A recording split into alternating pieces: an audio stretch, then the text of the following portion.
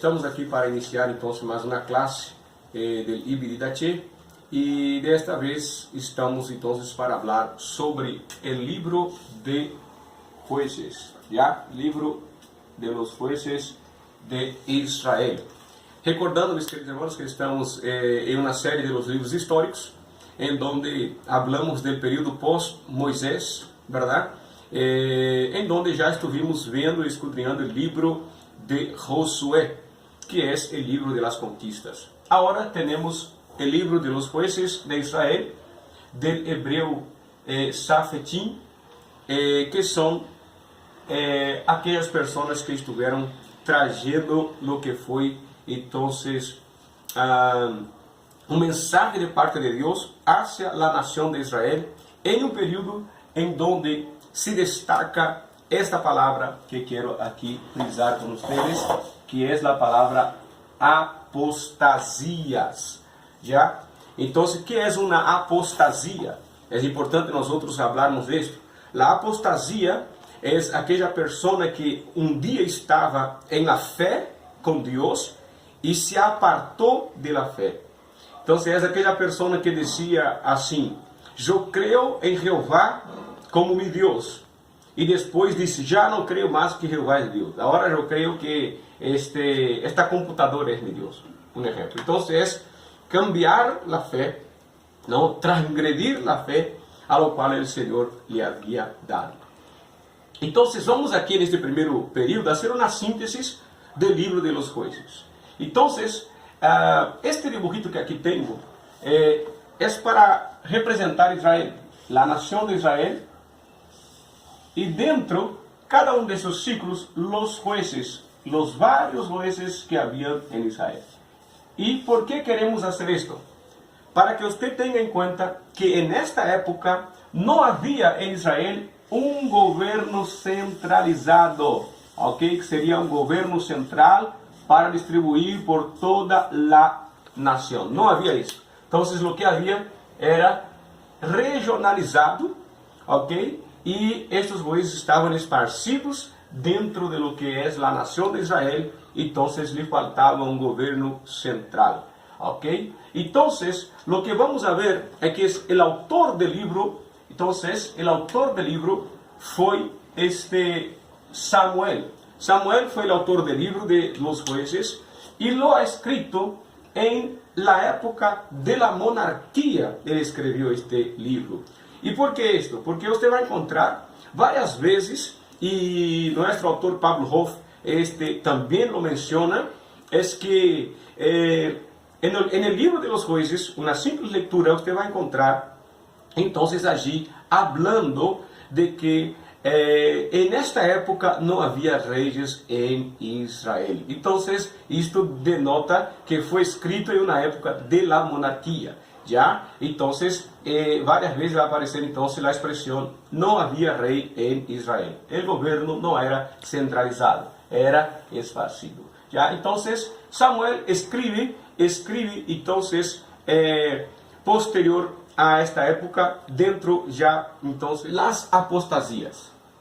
Assim como o livro de Josué tem um período, por exemplo, de 7 conquistas, nós temos aqui um período de 7 apostasias, já 7 apostasias e também 7 renuevo ou reconquista espiritual do povo de Israel. Então, é importante destacar aqui, o número 7 que também denota, um número pleno, um número de plenitude, e as apostasias, como hemos dicho, então, esta ação do povo de apartar-se de Deus. Então, os jueces vão sendo levantados porque a apostasia vai surgindo. Então, são períodos que vai demarcar dentro do povo de Israel, então, esta situação de altos e baixos em sua vida espiritual. Então, quando venia a apostasia, o povo tinha uma situação de déficit, uma situação de rebaja em todas as áreas, moral, espiritual, também social. Então, era afetada, então, também o assunto, por exemplo, de la misma economía del pueblo, entonces había sufrimientos. ¿Ya? Ahora, Dios levantaba entonces un juez. Entonces aquí nosotros tenemos la apostasía, y aquí tenemos Dios levantando entonces un liberador, un juez, y cuando él se levantaba, mientras él estaba liderando el pueblo, en donde sea que él estuviera, entonces había paz, había bonanza, prosperidad sobre la nación de Israel. El periodo en el cual el libro está siendo escrito, entonces va de 1200 a.C., entonces a 1070 ya a.C.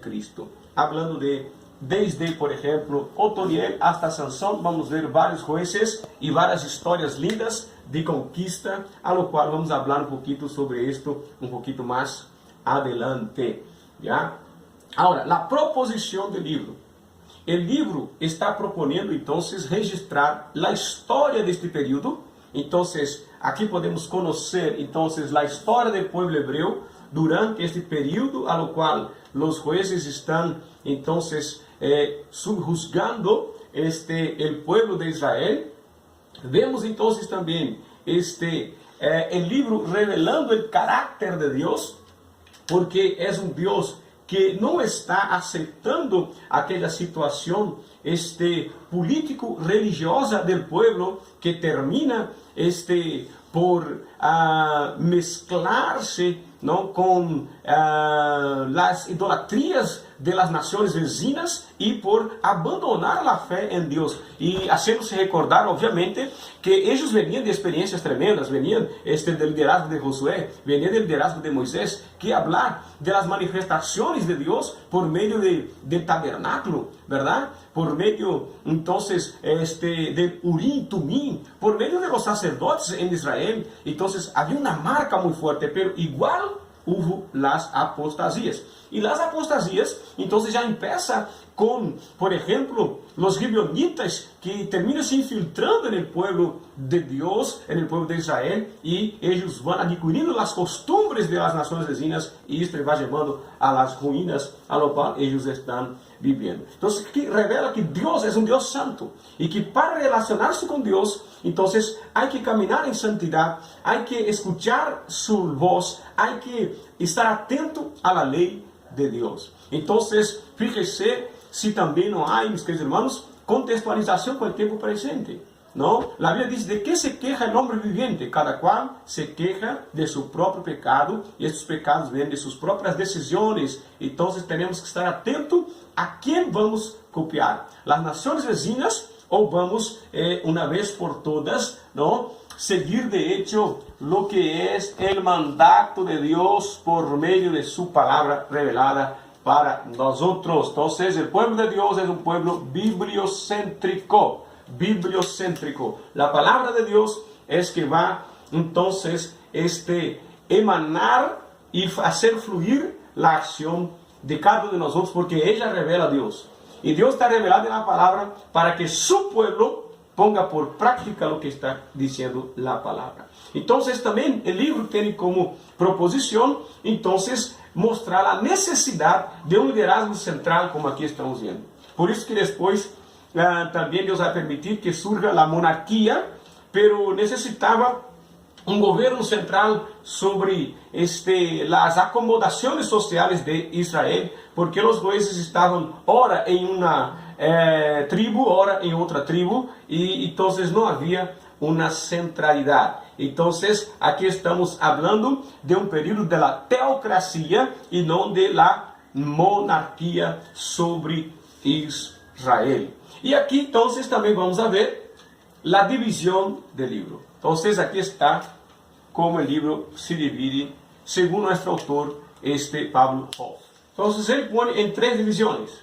Entonces la introducción del capítulo 1, y versículo 1 hacia el capítulo 3, versículo 6, historia y opresiones y sus liberaciones, del capítulo 3, versículo 7 hacia el 16, 31, y por último, la situación social de Israel del 17 al 21. ¿Ya? Entonces aquí lo que tenemos entonces es una introducción al libro de los jueces en Israel. Haciendo recordar que estamos hablando de un período que va, entonces, desde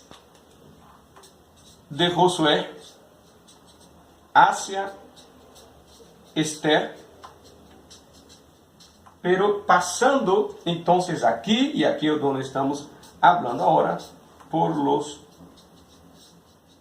jueces. Este es el destaque que estamos dando en esta lección. Okay. Les invito para la diapositiva que tenemos aquí preparada entonces. Vamos a hablar entonces sobre los jueces de Israel, ¿ya? Y dos palabras vamos a destacar entonces, apostasía y aflicción. Ya hemos dicho sobre la palabra apostasía, ¿ok? Apostasía. Entonces, este periodo de apostasía, entonces, es en donde el pueblo va a estar viviendo este alto y bajo espiritual. El texto básico que podemos destacar, entonces, es de 1 a 5.31. Aquí usted va a tener como una síntesis del acontecimiento del libro. Interesante que usted pueda hacer la lectura de este texto, ¿ya? Pero el versículo clave que queremos destacar es el 14 del capítulo 4, en su versión Reina Valera 60, que dice: Entonces Débora dijo a Barak: levántate, porque este es el día en que Jehová ha entregado a Sísera en tus manos. ¿No ha salido Jehová delante de ti? Y Barak descendió del monte de Tabor, y 10 hombres en pos de él. Entonces, ¿por qué es clave? Porque va a denotar aquí, por ejemplo, Débora como una de las mujeres que se destaca en la Biblia, pero aquí en los libros de los jueces, ella está como un juez sobre Israel para poder traer el juicio de Dios. Pero lo que se va a destacar entonces es un tiempo en donde alguien se levanta para ponerse a la brecha, en donde Dios respalda alguien entregando su adversario en sus manos. Entonces está alguien en la brecha, está el enemigo, ¿no?, que se ha levantado, en el caso aquí Sísera, ¿no?, y Jehová Dios dando livramento para su pueblo. También podemos ver entonces una verdad fundamental del libro, en donde entonces Dios trata entonces a Israel, ¿no?, a pesar de su infidelidad. Entonces Dios está mostrando que cuando Él se levanta en misericordia, ¿ok?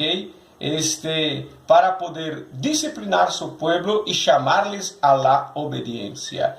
Entonces, la infidelidad de Israel, las misericordias de Dios, ¿ok? Y Dios requeriendo de su pueblo la obediencia. Esta es una verdad central del libro de los jueces de Israel. ¿Ok? También podemos destacar, entonces, algunas metas para nosotros aquí y ahora, ¿no? Entonces, yo y usted debemos tener el compromiso de aprender con este libro. Entonces, que es importante la constancia, la persistencia de nuestra caminada con Dios, ¿no? De nuestra fidelidad a Dios y de la práctica bibliocéntrica, como acabamos de hablar a ustedes en el inicio de este video. Entonces Dios demanda de nosotros, ya, entonces constancia, ¿no?, fidelidad y práctica que sea bibliocéntrica. En el caso aquí, ellos tenían que practicar la ley, ¿ok? Entonces es importante que cada uno de nosotros podamos aprender, ¿no?, a estar disciplinándonos de maneira que podamos obedecer a Deus e a sua palavra. Sobre o trasfondo histórico do livro, ou o trasfondo do livro de uma maneira geral, nós vamos ver, então, estas apostasias sendo alavancadas por la infidelidade de Israel hacia Jeová e o pacto. Recorda-se que Deus havia hecho um pacto com Abraão, havia dado a lei para Moisés, e agora a nação de Israel estão virando as espaldas para o pacto com Deus. Então, Deus havia declarado no pacto que ele, Deus Jeová, seria o Deus de Israel. Israel seria su pueblo peculiar, de propriedade peculiar de Deus. Então, não deveriam caminhar de qualquer maneira, sino que deveriam caminhar de acordo às Sagradas Escrituras e, no caso, a lei. Pero não foi o que aconteceu com o pueblo, não? Então, a promessa de Deus estava em que, mientras o pueblo puder obedecer a Deus e o pacto, não, hecho com Abraão, então haveria bendiciones. Pero recorda-se que no tempo de Moisés, eles passaram entre o monte Tabor, não? E allí el monte Ebal e Gerizim, e allí foi dicho sobre a bendição e a maldição. Então, quando o povo está pecando contra Deus, eles estão em uma barra espiritual, porque Deus lhe está juzgando e está cobrando o pacto que havia hecho com eles. Não? Então, nós vamos ver no pacto mosaico, não? O primeiro pacto que vimos, o pacto abraâmico, no pacto mosaico. Então, nós vamos ver, então, o que acabamos de dizer, a bendição e a maldição, e o povo tendo que elegir sobre isto, já? E o povo de Israel, então, acaba sofrendo a pena por não obedecer os quesitos da bendição que Deus tem para seu povo. Então, Deus está, então, cobrando repetidas vezes, já, em los jueces de Israel, que eles haviam sido desleais a Jeová. Não? E como haviam sido desleais? Yendo por buscar deuses ajenos. Já? Então, aí está a clave. Recorda-se que no tempo de Moisés, já havia o povo adorado o bezerro de ouro. Já havia o povo sido cobrado e orientado a não adorar a outros deuses. No livro de Josué, vemos a questão do anatema de Acã em Jericó. E também vemos no final do livro de Josué, então, Deus falando por meio de Josué, dizendo para o povo elegir a quem iba a servir, se a los deuses não que serviram seus antepassados, ou se ao verdadeiro Deus, o Deus de Israel. Então, o pacto era forte e estava bem presente na consciência do povo. Já? Então, e dentro do pacto, Deus demanda a fidelidade a Ele por meio da lei. A lei tinha um efeito pedagógico e ela orientava o povo a la obediência a Deus e a la fidelidade. Então, aqui nós vamos ver, então, que a desobediência ao pacto abraâmico e ao pacto mosaico, então, também traeria ao povo consequência. Já? Então, Deus está permitindo a opressão na vida do povo, por isso as bajas, não? Seja ela social, seja ela espiritual, seja ela econômica, e sofrendo toda a nação por desobediência a Deus e a lo que Deus lhe havia demandado. Então, aqui nós vamos ver, então, no livro de los jueces, então, alguns eventos que vão suceder em Israel, então, entre a conquista, não? Bajo a direção de Josué, e o início de la monarquia de Israel por meio de Saúl. Então, o livro de Juízes está dentro de um período, então, que termina a conquista hecha por Josué, já, e depois allí vai iniciar, então, o período de monarquia sobre Israel, e é onde Deus levanta a Saúl. Um dos eventos bem famosos que nós temos é o de Sansón, um dos juízes de Israel. Vamos depois falar um pouco disso. Já? Então, o título de los jueces se refere, então, a los líderes que Deus foi levantando nesse período. Então, quem foram os jueces em Israel? Então, foram aqueles que Deus levantou dentro deste período que estamos falando entre Josué e Saúl, para poder entonces liderar el pueblo en dirección de una revolución, principalmente pasando por la obediencia a la ley, por la reverencia a Dios. Entonces todas las demás cosas venían como consecuencia de la bendición de la obediencia. ¿Ya? Entonces, vamos aquí, entonces, ver entonces también aquí la palabra jueces, entonces traduzida del vocábulo hebreo, ¿no? Como hemos dicho, sopetim o entonces safetim en transliteración, ¿no? Entonces, vamos ver, el libro entonces va a estar hablando de estes distintos jueces que están trabajando allí en esta época, ¿ya?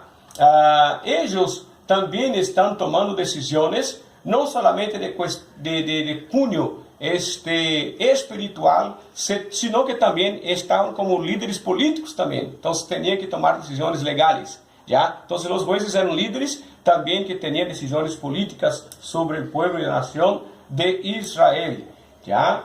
Entonces son libertadores y gobernantes. Entonces tenía no solo una aplicación entonces espiritual, sino que también tenía política, ¿ya?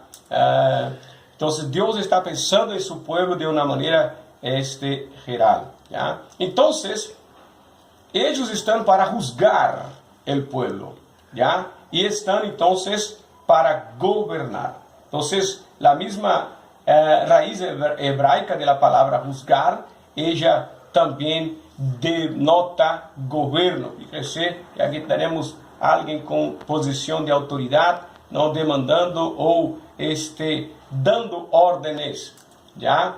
Entonces, vamos ver también, entonces, por otro lado, que no solamente se llama juez en el libro, sino claramente funciona como tal, es Jehová, ¿ya? Entonces, también es una clara, ¿cómo se puede decir? Una clara evidencia del mismo gobierno de Dios. Dios está levantando estos hombres y levanta-los como verdadeiros hombres temerosos de Dios. Entonces denota coinonía, comunión, ¿ya? También mostrando que Dios está en este gobierno, como acabamos de decirles a unos minutos pasados, del gobierno teocrático de Dios. Dios levanta a estos hombres para obedecerle a Él, ¿ya? Entonces, antes del libro de los jueces de Israel, nosotros vemos la espiritualidad de Israel centrada en Moisés, en el tabernáculo, ¿ok? Y luego, después de esto, Dios levanta a Josué. Entonces, ¿cuál es el referencial del pueblo en lo espiritual? Es Moisés. La gloria se manifiesta en el tabernáculo. Dios después levanta a Josué como un líder y el pueblo ve en ellos verdaderos hombres de Dios. ¿Ok? Entonces, la adoración era centrada en el tabernáculo. Después de la era de los jueces de Israel, entonces ya va a volver la cuestión de la centralidad, porque David, él restabelece el culto al Dios partiendo de Jerusalén, desea edificar el templo, no lo puede, pero sí Salomón lo hace en los tiempos de la monarquía. Pero entonces estas cuestiones en el tiempo de los jueces no fue centralizada, hasta porque en los periodos de las bajas en el nivel espiritual del pueblo ya no había adoración al Dios de Israel, porque la apostasía había entrado en la situación, ¿ok? Entonces, la adoración en el tiempo de Salomón está centrada en el templo, una vez más, tal cual en el período anterior había sido centrada en el tabernáculo, ¿ya? Entonces, ¿qué más se puede aquí entonces decir? En el tiempo de los jueces, Israel está descentralizado, como acabamos de decir. Entonces no hubo un gobierno nacional. Entonces los jueces eran los que estaban ejerciendo el liderazgo, entonces a nivel regional. Pero estas regiones terminaban por servir, ¿no?, ¿cómo puedo decir?, de ejemplo, de tutora para los demás, las demás tribus, ¿verdad?, de Israel. ¿Ya? Entonces, el culto a Jehová se practicaba no solo en el tabernáculo, sino también en los santuarios locales. Pero lo detalle de esto es que el propósito de Dios había sido centralizar en el tabernáculo. ¿Ya? Entonces, la consecuencia de esto fue entonces cada vez menos la unidad nacional y por consecuencia de no haber la unidad nacional, entonces las tribus cada cual hacía lo que quería y buscaban adorar a otros dioses y también abandonaban la ley.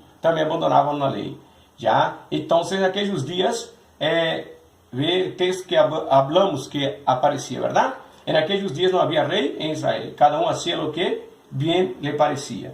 Nosotros usamos ese texto para hablar de la razón por lo cual afirmamos que el libro fue escrito en la monarquía, porque dice, en aquellos días no había rey en Israel. Pero aquí también queremos destacar, cada uno hacía lo que bien le parecía. Entonces no había centralidad, no había gobierno central, no había centralidad espiritual, nada. El pueblo estaba entregue a lo que quería hacer. Por esto, el período de altos y bajos. Entonces vamos a hablar de la era de los jueces, entonces desde la perspectiva geográfica, ¿ya?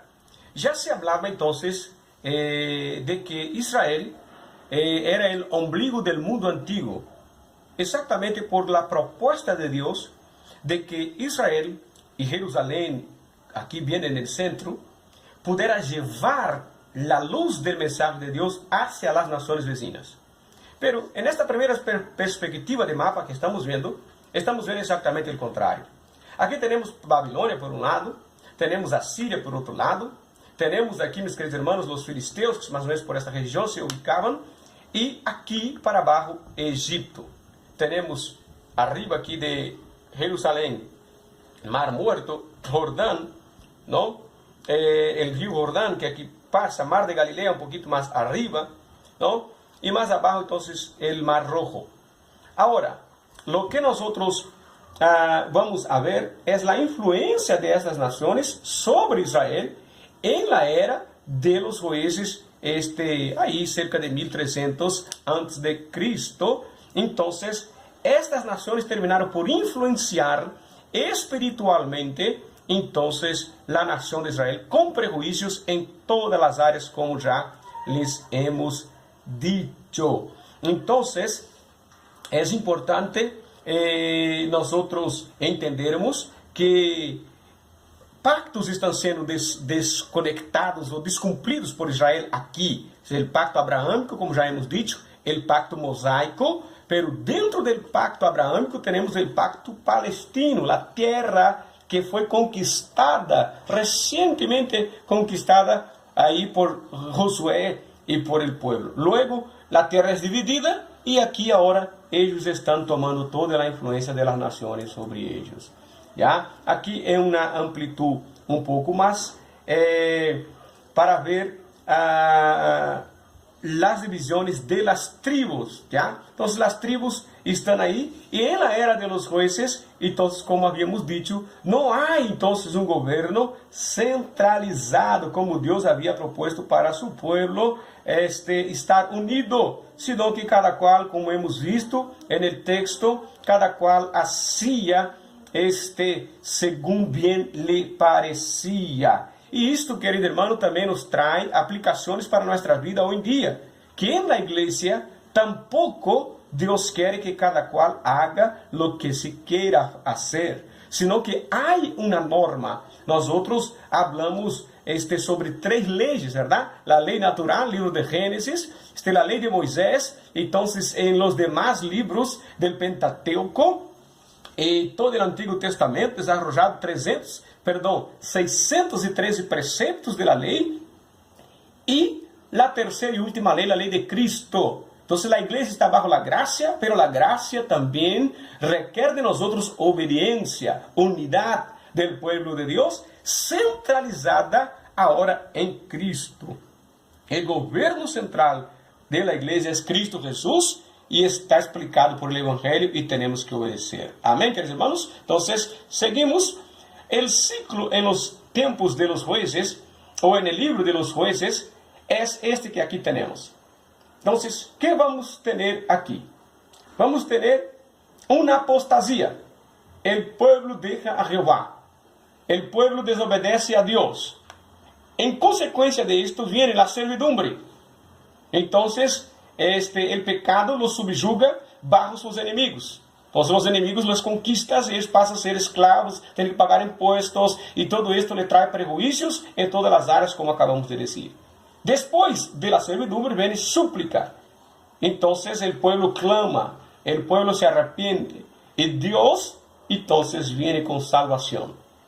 Entonces hay una respuesta a la súplica de parte de Dios hacia su pueblo, que luego se ve libre porque Dios le está dando la libertad. Pero esto se volvió un ciclo vicioso. Por lo mínimo 7 veces va a acontecer en los libros de los jueces. El pecado, la servidumbre, la súplica y la salvación de Dios.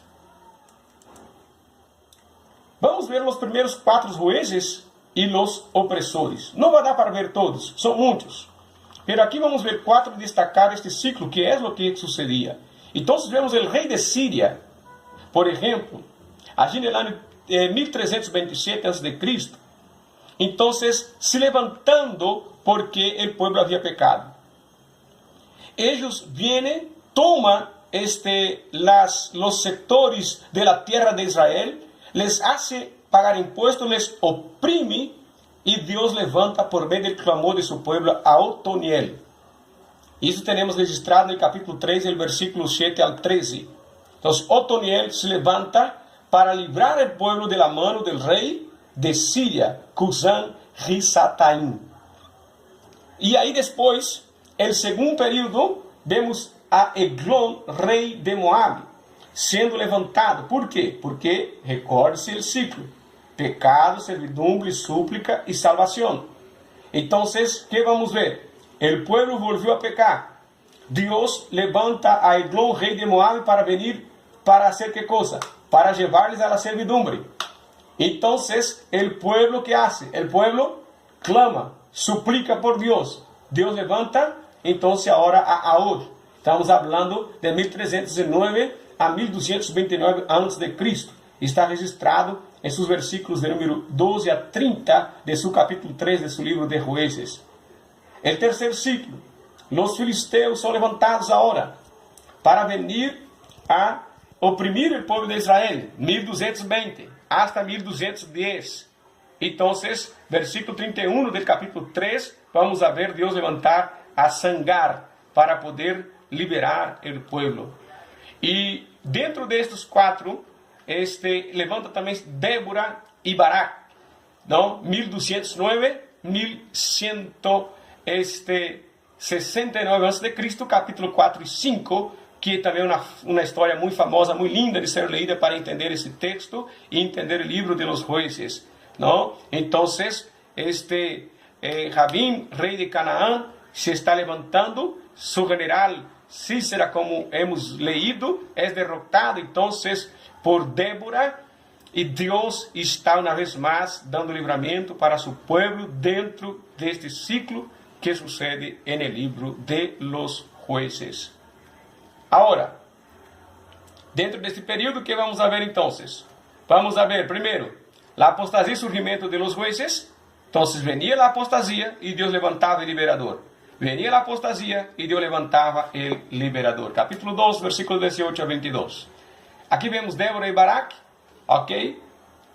Capítulo 4, versículo 1 a 4.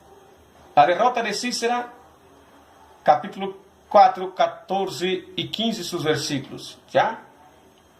Entonces, es una demostración de este periodo y este ciclo que sucede. Entonces, aquí una pregunta. ¿Cuál piensa fue la razón primordial para que Israel fuera acusado por sus enemigos? Entonces, ya hemos dicho y destacado la palabra apostasia, abandonar a Deus, desobedecer-lhe e não estar submisso a Ele. Agora, que paralelos pode encontrar então você entre este ciclo que acabamos de ilustrar e as vidas de muitos hoje em dia? ¿Ah? Então, queda esta pergunta para que você pueda racionar. Que paralelo pode haver? Será que você encontra pessoas hoje em dia vivenciando esse tipo de ciclo? Não pode progressar, pero ele vive simplesmente cada ano na mesma situação, ele sempre o mesmo pecado, sempre a mesma queja, sempre a mesma situação. Deus, ele quer que exista progresso na vida das pessoas e aprendemos com o livro de los jueces que nós não podemos estar bajo a este ciclo vicioso de levanta e cai, sino que Deus quer que podamos permanecer firmados em sua presença. ¿Ya? Entonces, aquí vemos apostasía y surgimiento de los jueces, del capítulo 2, versículo 18 al 22. ¿No?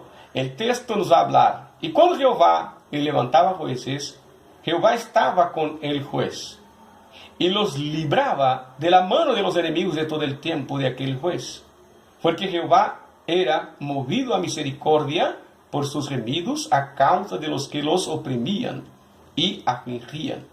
Mas acontecia que, al morir el juez, ellos volvían atrás, y se corrompían más que sus padres, siguiendo a los dioses ajenos, ahí está, seguía a los dioses ajenos, para servirles e inclinarse delante de ellos. Fíjate que estamos hablando de un pueblo que salió de la servidumbre, un pueblo que sabía las historias de Moisés, sabía las historias de Josué, habían pasado por la conquista y están siguiendo a estos dioses. Ahora dice, y no se apartaban de sus obras, ni su obstinado camino. Y la ira de Jehová se ascendió contra Israel y dijo, por cuanto este pueblo traspasa mi pacto que ordené a sus padres y no obedece a mi voz, tampoco yo le volveré más a arrojar de delante de ellos a ninguna de las naciones que dejó Josué cuando murió, para probar con ellas a Israel, si procurarían o no seguir el camino de Jehová andando con él, como lo siguieron sus padres. Entonces ahí está la gran prueba, ¿no? Y una síntesis para entender lo que acontecía con este periodo de los jueces en Israel. ¿Ya? Entonces vamos a seguir aquí un poquito adelante para mostrarles una otra situación aquí.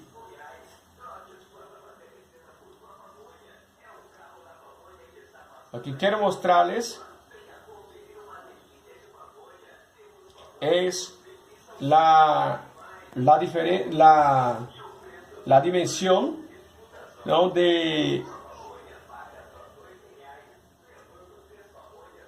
los jueces en cuadro comparativo de su obra, ¿no? Vamos a ver aquí si lo tengo, a ver si era por aquí que yo lo tenía. Porque todo isso que estamos passando são detalhes explicativos, não, de la conquista de Débora, não todo o que está en los capítulos primarios. Bueno, yo ya vuelvo con ustedes. Bueno, entonces lo que quería mostrarle para ustedes es esta síntesis para nosotros concluir. Entonces, que son 15 los jueces en este periodo de Israel. Por lo tanto, es posible de hablarnos de toditos uno a uno, ¿no? Pero sim, el pantallazo para que podamos tener en cuenta lo que pasó en este periodo. Entonces, vemos Otoniel, 40 años, ya librando de la opresión Mesopotamia, y ahí están los capítulos de donde está la historia, ¿ok? Entonces, tenemos Ahod, 80 años, y aquí vamos a llenar todito la diapositiva para que contemplemos entonces los 15 jueces sobre la nación. A ver, perdón, vamos volviendo aquí, ok, y vamos ver entonces que va de Otoniel hasta Samuel, ya pasando por Elí, Sansón, e aí temos outro bem conhecido que é Gedeón, ok? Então, Otoniel, Débora, Gedeón, Jefté, ok? Sansón, Eli, Samuel são os mais conhecidos de los personajes del libro de Jueces. Agora, les voy aqui poner também um quadro comparativo. Aqui ao lado temos sempre os versículos, verdade? Em qual está aparecendo a história, capítulo e versículos, no qual está aparecendo cada uma das histórias de ellos, dentro daquele ciclo de por lo mínimo 7 grandes apostasias del pueblo de Israel. Então, aqui vamos ver, então, por exemplo, nesse quadro, el juez Otoniel, em donde se ha levantado, en la tribu de Judá, ya, y hasta está aquí, entonces, el nombre de su padre, ya, que fue este Otoniel, entonces, hijo, de Cenaz, el hermano de Caleb. Entonces, tenemos la referencia de las escrituras, Jueces, el capítulo 1, 11 al 15, y el 3. Entonces, do 1 al 11, e aí temos outros comparativos em los livros que aqui sigue registrado, Josué e Crônicas. Agora temos, então, o evento principal do acontecimento, por exemplo, de Otoniel, já que era sobrinho de Caleb, e se convertiu em seu filho, em lei depois da captura. Então, se vem a dizer aqui de Kiriat Zefer, e está registrado no versículo 12 e 13 do capítulo 1. Já? Então, vamos ver também, dentro desse quadro comparativo, então, o inimigo que se ha levantado, já? Então, estamos falando de Cusã Risataim, rei de Mesopotâmia, ok? E os anos de opressão foram 8 anos, e o período de descanso sobre o liderazgo de Otoniel foram um total de 40 anos. Temos o exemplo a seguir, Oad, 80 anos de descanso. Então, me parece que foi o período mais largo de los jueces, já que foi ele que livrou de Eglon, rei de Moabe. Então, entre o evento principal, ele foi ele que matou personalmente al rei de Moabe, ok? E dirigiu a morte de 10.000 moabitas. Então, foi um grande guerreiro Oad, já? E aqui, sucessivamente, vamos vendo o quadro comparativo. Vou volver aqui para deixar um pouquinho na pantalla, por lo mínimo, para que vocês possam pausar e ver com detalhes, já?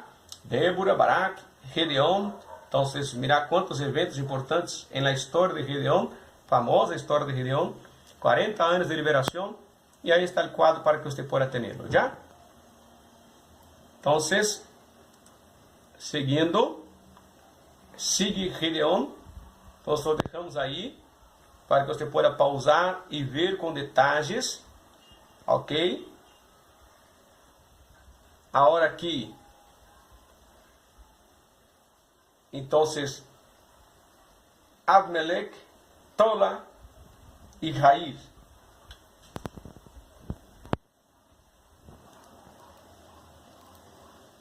Jefté e Ibzan.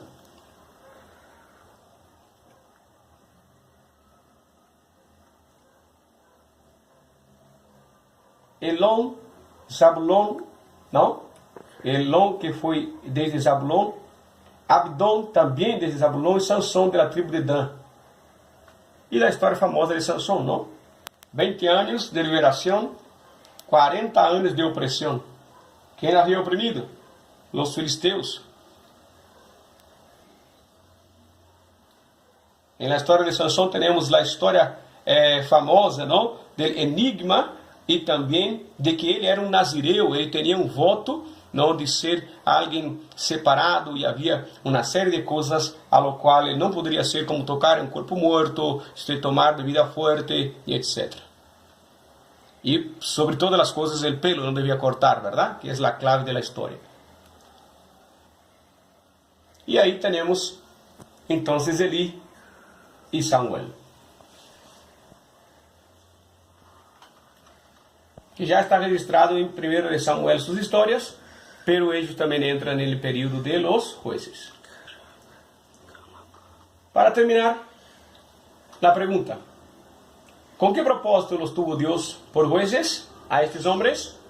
Vamos a la respuesta. Primero, para ser instrumento de Dios para bien, para castigar la opresión idólatra, para redimir al oprimido,